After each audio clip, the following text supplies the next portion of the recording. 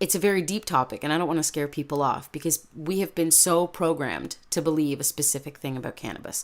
But cannabis, D3, and also going raw. Even if you go raw for a short time, go raw vegan for a short time. And that's another topic for a good show in the future that I have a lot of information on, because I went raw for a few months at the beginning of this year, and I'm going to be going raw again because it changes your body. But anyway, so yeah, the three things that I always recommend to people are cannabis, going raw, and vitamin D3. And in my own personal relationship, you can say, with D3 is I take it all throughout the autumn and the winter and some of the spring, depending upon how much I have left in a bottle or whatever. If it's nearing like mid-April and I'm down to the last of a bottle, I don't buy it again, because I know that I'm going to be going out into the sun every single day, because I'm very much an indoor cat during the winter months and everything. I completely hibernate and I do all my creative stuff inside, and I basically kind of get ready in a sense. It's like preparation for the summer, when you're going to be a lot more active, when you're going to be outside, we're going to be doing a lot more and experiencing a lot more. And my own personal relationship with D3 is amazing. I highly recommend it to everybody, especially in the wintertime, when we're more susceptible to colds and flus and everything else like that. And it's rare for me to get sick, because for the most part, I take care of myself really, really well. But especially in the wintertime, when less and less and less time of our lives is being spent outside. I don't know too many people that, I have known people that bundle up, with a crazy amount of layers and go outside and in the middle of the winter, and, you're brave as far as I'm concerned. You have balls, and I appreciate that. And I would like to do that more myself, honestly, because, winter is really, really beautiful. But I'm getting off topic. This happens with me, So, my own personal experience with D3 is, especially during the winter months, when you start to feel that scratch in the back of your throat, and because maybe you've been eating too much sugar, maybe you've been eating too many starchy foods, and just not taking care of yourself the way that you could take care of yourself. And my own personal experience with it, as soon as I start feeling that feels like a sore throat coming on, I just pop like 3,000 to 5,000 units of D3, and within like a half an hour to an hour, that bad feeling is gone. And I feel better. Not just that the bad feeling is gone, I actually feel like it lifts me up a little bit. And because especially, depression is really prevalent during the winter months for not just people who have battled with depression like I have in the past, but anybody. You can be the cheeriest person on the planet and still have some days during the winter where it's like, oh man, this is depressing,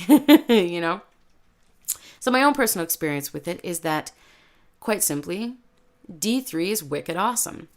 So I definitely recommend it. Almost every cell has a vitamin D receptor. It's in the intestines, the lungs, the liver, the heart, the kidneys, the brain, the pancreas, the adrenal and reproductive tissues, the pituitary, thyroid, and hematopoietic tissue. In our immune system, in lymphocytes, monocytes, macrophages, in bones, muscles, cartilage. So take that however you want to take that. D3 is a natural antibiotic and antiviral. All you need is 15 to 20 minutes in the sun per day. And the body ends up making 10,000 to 20,000 international units, IUs, which is what you tend to see on the back of which is what you always see, not just tend to see. What you always see on the back of any vitamin bottle is the recommended dosage. And by the way, the recommended dosage is just total crap. That in no way is going to give you a storehouse of vitamin D3 within your body, and it's not going to help to cure anything. You need to be taking thousands of units every single day. And, on the back of a D3 bottle, the ones that I tend to get, I couldn't tell you the company because I don't have the bottle right now. The ones that I tend to, but I get them from Shoppers. The ones that I tend to get are, each vitamin is considered 1,000 units. And during the winter and the early spring and the late autumn, I tend to take anywhere from 5 to 8,000 units a day. So that's 5 to 8 vitamins a day. And if I'm feeling a little like, oh, I'm feeling a little icky today, I'll take extra. I'll take something in the morning when I juice, because I juice every single day. I'll take something in the morning when I juice, like 5 to 8,000 units. And then later on in the day, if I'm still feeling kind of oogie or whatever you want to call it, oogie, icky, gross, I'll take another 3 to 5,000 units. What's amazing is that 40,000 units is what it takes to kill a rat. But it takes, are you listening? It takes 7 million to 10 million units a day to kill a 165-pound man. Put that in your head, because if you're taking vitamins that are 1,000 units per vitamin, we're talking 7 million to 10 million vitamins. You would have to eat 7 to 10 million vitamins a day. I'm only repeating this because it's amazing how we've been lied to by, the Food and Drug Administration, the World Health Organization, the CDC. It's amazing how they lie to us about absolutely everything under the sun in order to make more money. But in this case, the backs of the bottles telling you that the recommended dosage is 1,000 units a day. Well, that's crap. That's not going to do anything. And what you want to do with D3 is keep it going in your system. Create a storehouse within your system. What Gabriel Stahler recommends is if you're living, and this is for all of them, if you're living at 30 latitude or higher, which is basically, well, that I'm not going to be 100%. I know that New York or Germany, I believe, is like 40 degrees latitude. So if you're living at 30, which is a little bit more south, these are the requirements. So 30 degrees latitude or higher. So basically, the northern hemisphere, and the farther you get away from the equator, the less sun that you end up getting, right? So what she recommends, if you live at 30 degrees latitude or higher, for infants, she recommends 500 to 1,000 units a day. For children, she recommends 3,000 to 4,000 units a day. For teens, she recommends 4,000 to 5,000 units a day. For adults, she recommends 5,000 to 6,000 a day. And you can go much higher than that, like I do. And for pregnant women, this is very important, because if the mother is deficient in D3, the baby will also be deficient. And our bodies and our immune system, more than anything, is created when we're in the womb. I'm not saying that right. Created's not the right word, but you might know what I mean. The immune system and what it can handle. So the more effective that you make the immune system while the baby is in the womb, the stronger the baby is going to be once the baby is birthed and is just living his life. I'm very curious all the things that my mom did when I was in the womb, because I have a wicked immune system.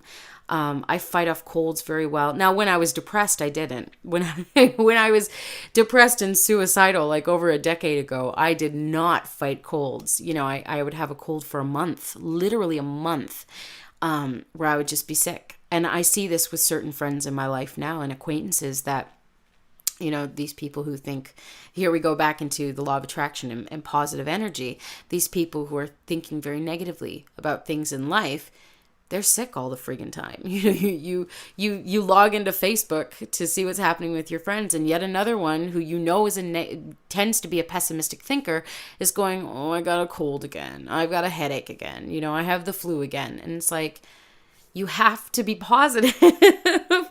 This creates everything. Thoughts create things. It is really that simple, people. That's how powerful we are. If you spend your life being pessimistic and down on yourself and critiquing everything you do and doubting yourself and not being confident and not loving yourself, that is the big one, not loving yourself, you are going to get sick. It is really that simple. And yes, there are other factors that fit into this. What we eat, how we treat ourselves, the everyday things that we do, how much sleep we're getting, how little sleep we're getting. Obviously, if we drink alcohol, that's a big one. If we smoke cigarettes, That's a big one. Now, just as an aside, if you smoke cannabis, that's a completely different thing because the smoke in that is actually therapeutic. So, and actually heals the lungs and, but again, that is a topic for another show. We are definitely going to cover that because I am very passionate about that. I went from being a person who was completely against it and thought everybody who was in that world, the cannabis world, was a loser and someone who didn't contribute anything to community or didn't help anybody. And now I'm a complete advocate for it. So that tells you that I've learned some very interesting and world-changing information on that. But again, that will definitely be a future topic. So where was I? So yeah, if the mother is deficient in D3, the baby will also be deficient. So when the baby is in the womb, the best that you treat the baby, without chemicals, without poisons.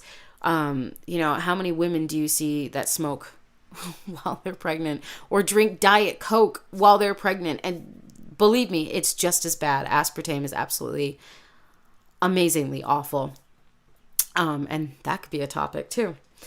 But anyway, you can get vitamin D from sunlight, supplements, obviously, tanning beds, and certain foods like fatty fish, fresh wild salmon, canned salmon, mackerel, whatever. And fresh wild salmon is the best. But you also have to take the mercury consumption into consideration because especially now that, we've had the Gulf oil spill, I believe it was last year, right? Last May, 2010. And now what has happened, the devastation in Japan on March 11th, that we've had reactors, nuclear reactors breaking down and this isn't positive. So it's better for us to stay away from fish, especially considering when you eat even fresh wild salmon, which is the highest on the list of the fatty fish that will give us vitamin D, you're still not getting a good amount. I think it's something like 1,000 units or something like that. You're better off going outside for 15 minutes and enjoying the sun. Remember that old song, Mr. Sun, Sun, Mr. Golden Sun, please shine down on me, right? So that's a good song. That's a very positive song. We need to go out and embrace our sun, and the moon too. And the sky is a great deal for me. Like I can have the worst day ever based upon, trivial physical things. And I can just stand out under the sky and absorb the sun's love and absorb the love of the moon and the stars, and it changes everything. It absolutely, just a minute, changes everything for me. So if you give it 15 to 20 minutes, you're going to get 10,000 to 20,000 units of vitamin D3. This is fabulous. You literally can just go outside for 15 minutes and you're fine for the day. The darker your skin is, that is a natural sunblock, which helps to protect you from the aggressive rays of the sun. And the aggressive rays of the sun, I have this written down so I can tell you a little bit more, because we have UVA, UVB, UVC, right? In the ultraviolet light, and each penetrates the body in a different way. UVC is absorbed by the ozone layer, but as the ozone layer gets thinner, that's a bit of a danger for us. UVA is an aggressive ray because it changes the melanin in our bodies and it gives us wrinkles.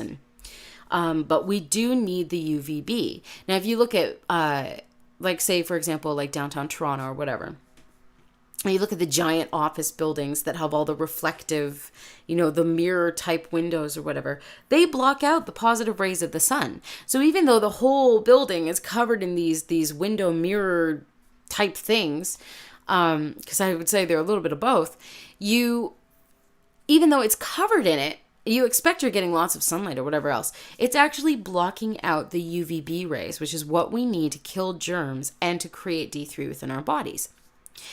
But it's letting in the aggressive rays, the UVAs. We don't need that. That is what causes issues down the road. Skin cancer and melanoma isn't caused by the sun.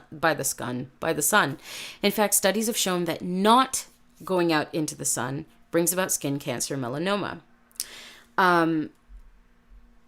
Now, the question of what blocks our sun is where